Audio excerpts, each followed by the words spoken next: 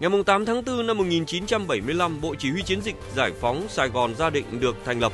Tư lệnh là Đại tướng Văn Tiến Dũng, chính ủy là đồng chí Phạm Hùng, phó tư lệnh là các đồng chí Trần Văn Trà, Lê Đức Anh, Lê Trọng Tấn, Đinh Đức Thiện, Lê Quang Hòa.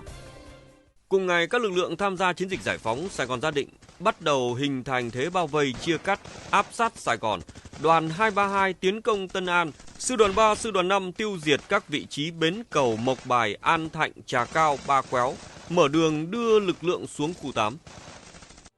Hồi 18 giờ 25 phút cùng ngày, Trung úy phi công Nguyễn Thành Trung, một cán bộ của ta hoạt động trong lòng địch đã lái máy bay F-5E ném bom xuống Dinh Độc Lập rồi hạ cánh an toàn xuống sân bay Phước Long.